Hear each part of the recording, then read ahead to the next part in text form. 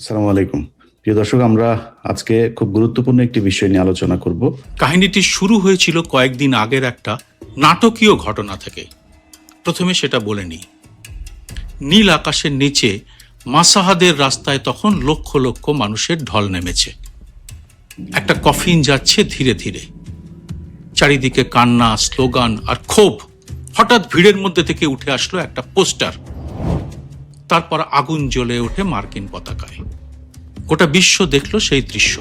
5ই জুলাই 2026, ইরানের সর্বোচ্চ নেতা আয়াতুল্লাহ আলী খামেনেইয়ের জানাজা।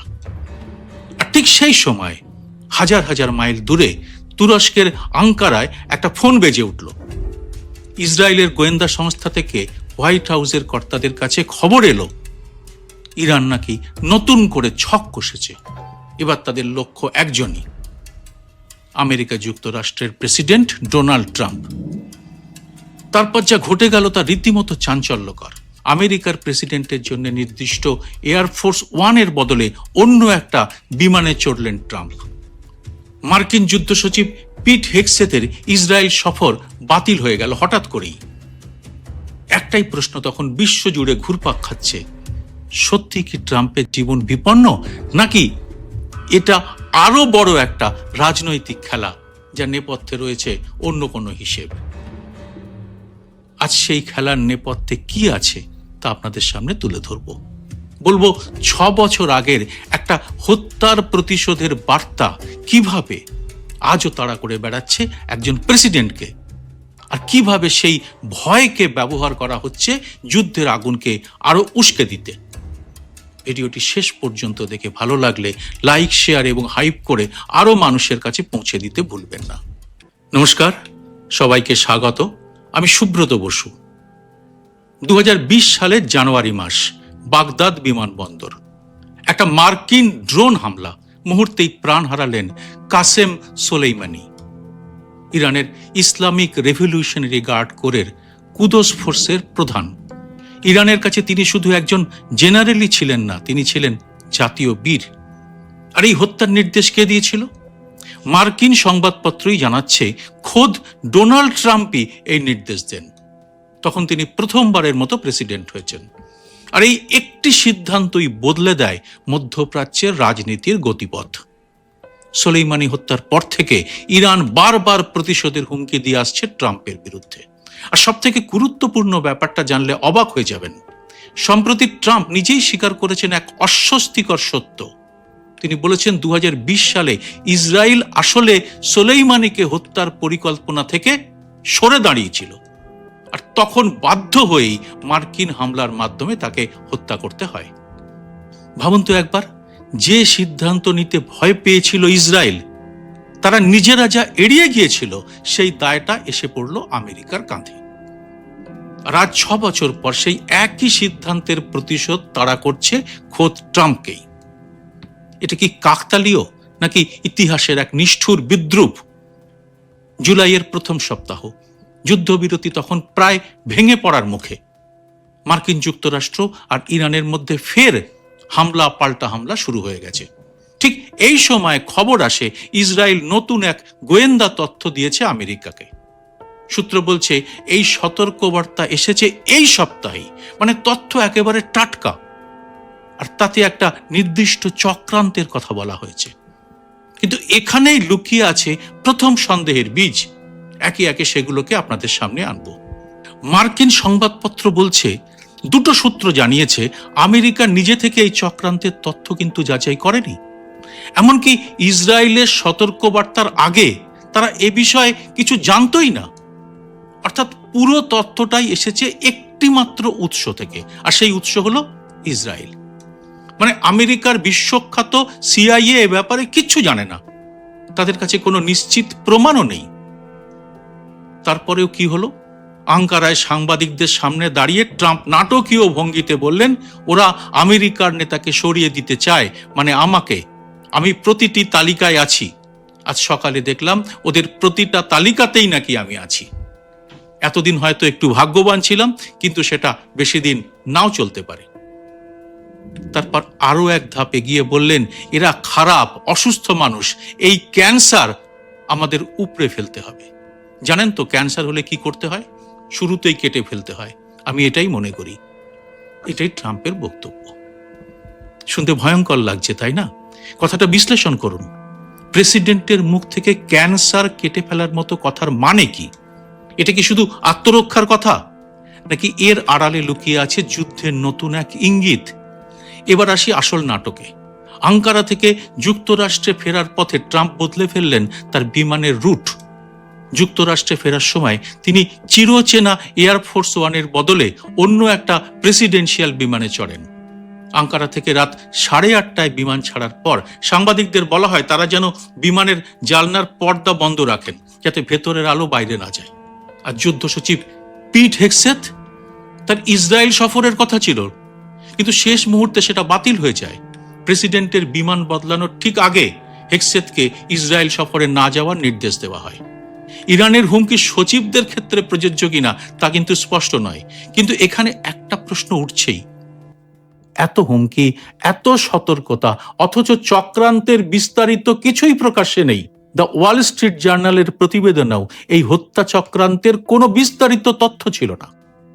ওয়াশিংটন এখনো এই গোয়েন্দা তথ্য যাচাই করছে, এবং এই চক্রান্ত ঠিক কতটা এগিয়েছিল বা ইরান আদৌ তা বাস্তবায়নের পথে এগিয়েছিল কিনা তা এখনো স্পষ্ট নয়। তাহলে পুরোটাই কি স্রেফ নাটক, নাকি সত্যিই বিপদ ঘনিয়ে এসেছে? উত্তরটা কিন্তু এতটা সহজ নয়। এবার একটু ঘটনার গভীরে যাওয়া যাক।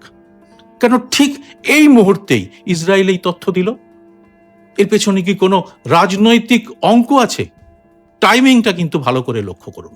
একজন মার্কিন কর্মকর্তা সংবাদ মাধ্যমকে বলেছেন, ইরানের ব্যাপারে ট্রাম্পের সিদ্ধান্তকে প্রভাবিত করার জন্যে এটা একটা বৃহত্তর ইসরায়েলি চক্রান্ত কিনা তা খতিয়ে দেখা হচ্ছে। মানেটা স্পষ্ট। ট্রাম্প যখন ইরানের বিরুদ্ধে সামরিক পদক্ষেপ আরো জোরদার করবেন কিনা তা নিয়ে সংশয়ে দোদুল্যমান, ঠিক তখনই এই সতর্কবার্তা আসছে। আর তাতে ট্রাম্প ফের যুদ্ধে ঝাঁপিয়ে পড়বেন, এটাই কি ইসরায়েল চাইছে? ইসরায়েলের প্রধানমন্ত্রী নেতানিয়াহু বারবারই ট্রাম্পের কূটনৈতিক প্রচেষ্টা নিয়ে গভীর সন্দেহ পোষণ করেছেন। ট্রাম্প যে একেবারে ইরানকে শেষ করে দিতে চান, এটা কিন্তু তিনি মনে করেন না। আর লেবাননে ইসরায়েলি সামরিক তৎপরতা নিয়েও দুজনের মধ্যে মতবিরোধ রয়েছে। আর সেই কারণটাই এই রিপোর্ট নিয়ে সন্দেহকে আরো প্রাসঙ্গিক করে তুলেছে।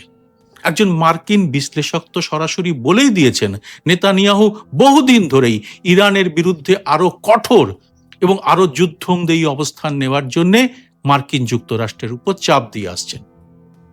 অথচ তারা কিন্তু এর ফলে ইরানের শাসন ব্যবস্থার আদেও কোনো পরিবর্তন করতে পারবেন কিনা তার কোনো স্পষ্ট পরিকল্পনা নেই। এমনকি মার্কিন কংগ্রেসের ভেতর থেকেও এ নিয়ে প্রশ্ন উঠেছে। একজন ডেমোক্র্যাট আইন প্রণেতা সরাসরি অভিযোগ করেছেন, ইসরায়েল আসলে ইরানের বিরুদ্ধে সামরিক অভিযানে ট্রাম্পকে ঠেলে দেওয়ার জন্যই এই চক্রান্তের কথা বানিয়ে বলেছেন। এখন প্রশ্ন হলো, এই অভিযোগ কি সত্যি, নাকি নিছক রাজনৈতিক চাপানুতোর?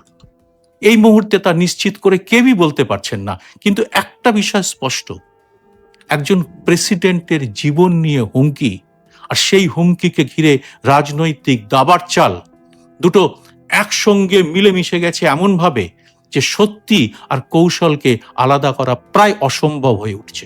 এবার একটু পেছনের ছবিটা দেখা যাক, কেন এত টানাপোড়েন। আসলে এই পুরো ঘটনাটা ঘটছে এমন এক সময় যখন যুদ্ধবিরতি প্রায় ভেঙে পড়েছে। 60 দিনের যে যুদ্ধবিরতি সংঘাত থামিয়েছিল তা এখন প্রায় ছিন্ন ভিন্ন। দুপক্ষই একে অপরকে হুমকি দিচ্ছে, হামলা চালাচ্ছে। তবুও কূটনৈতিক প্রচেষ্টা কিন্তু এখনো পর্দার আড়ালে চলছে, এবং দুই দেশ আগস্টের মাঝামাঝি নাগাদ একটা পারমাণবিক চুক্তিতে পৌঁছানোর চেষ্টা করছে। আর ঠিক সেই সময় যুদ্ধজাহাজে চলছে প্রস্তুতি। ইউএসএস আব্রাহাম লিঙ্কনে বৃহস্পতিবার যুদ্ধ বিমানে অস্ত্র বোঝাই করা হয়েছে। পাইলটরা মহড়া দিয়েছেন যাতে প্রয়োজন হলেই দ্রুত হামলা চালানো যায়। একদিকে কূটনীতির কথা বলা হচ্ছে, অন্যদিকে যুদ্ধের প্রস্তুতি চলছে পুরো দমে। আর তার মধ্যে এই রিপোর্ট। এই ডবল স্ট্যান্ডার্ডে কি এখন ট্রাম্পের আমেরিকার আসল ছবি? আর খামেনেইয়ের জানা যায় যা ঘটেছে তা পুরো পরিস্থিতিকে আরো উত্তপ্ত করে তুলেছে। 5ই জুলাই খামেনির অন্ত্যেষ্টিক্রিয়ার বিক্ষোভকারীরা মার্কিন এবং ব্রিটিশ পতাকা পুড়িয়ে দেয় আর ইংরেজিতে একটি প্লাকার্ড তুলে ধরে। এমনকি ইরানের সংসদেও এই ক্ষোভের প্রতিফলন দেখা গেছে। ইরানের এক এমপি সাবেতি সংসদে ট্রাম্প এবং অন্যান্য মার্কিন ইসরায়েলি নেতাদের বিরুদ্ধে প্রতিশোধ এই নামের একটি বিলকে অগ্রাধিকার দেওয়ার আহ্বান জানিয়েছেন। এবার আসল প্রশ্নে ফেরা যাক। ট্রাম্প বারবার নিজেকে ভিকটিম হিসেবে তুলে ধরেন, এটাই তার বড় কৌশল। কিন্তু এই ভিকটিমের গল্পটা কি পুরোপুরি নিরপেক্ষ? মনে রাখা দরকার, এই পুরো সংকটটা শুরুই হয়েছিল ট্রাম্পের নিজের সিদ্ধান্ত থেকেই। 2020 সালে সোলাইমানিকে হত্যার হুকুমও তিনি দিয়েছিলেন। সেই সিদ্ধান্তের প্রতিক্রিয়ায় 6 বছর ধরে তাড়া করা হুমকি নিয়ে আজ তিনি নিজেকে নির্দোষ ভিকটিম হিসেবে দেখাচ্ছেন। অথচ একই সময় তার প্রশাসনই ইরানের বিরুদ্ধে নতুন করে বিমান হামলা চালাচ্ছে। আর ক্যান্সার কেটে ফেলার মতো ভাষা, এই ভাষা কি শুধু আত্মরক্ষার কথা বলে, নাকি এটা এক ধরনের প্রস্তুতিমূলক প্রচার, যাতে ভবিষ্যতে ইরানের বিরুদ্ধে আরো বড় সামরিক পদক্ষেপ নিলে জনমত তার পাশে থাকে? সব থেকে বড় কথা, এই পুরো গল্পের গুরুত্বপূর্ণ অংশটাই এখনো অস্পষ্ট। হত্যার চক্রান্তটা আসলে কতটা বাস্তব তার কোনো অকাট্য প্রমাণই নেই। শুধু একটা দেশের, মানে ইসরায়েলের দেওয়া তথ্যের উপরে ভিত্তি করে গোটা বিশ্ব জানছে যে আমেরিকার প্রেসিডেন্টের জীবন বিপন্ন। অথচ এই তথ্য দেওয়ার পেছনে ইসরায়েলের একটা রাজনৈতিক স্বার্থ আছে, যাতে মার্কিন যুক্তরাষ্ট্র ইরানের বিরুদ্ধে আরো বড় আকারে যুদ্ধে নামে। এটাই কি আজকের ভূ রাজনীতির সবচেয়ে বিপজ্জনক দিক? সত্যি আর কৌশল এমনভাবে মিশে যাচ্ছে যে সাধারণ মানুষের পক্ষে আসল সত্যটা বোঝা খুব কঠিন হয়ে পড়ছে। আর এটা কি সত্যি যুদ্ধকে জিইয়ে রাখার একটা কৌশল?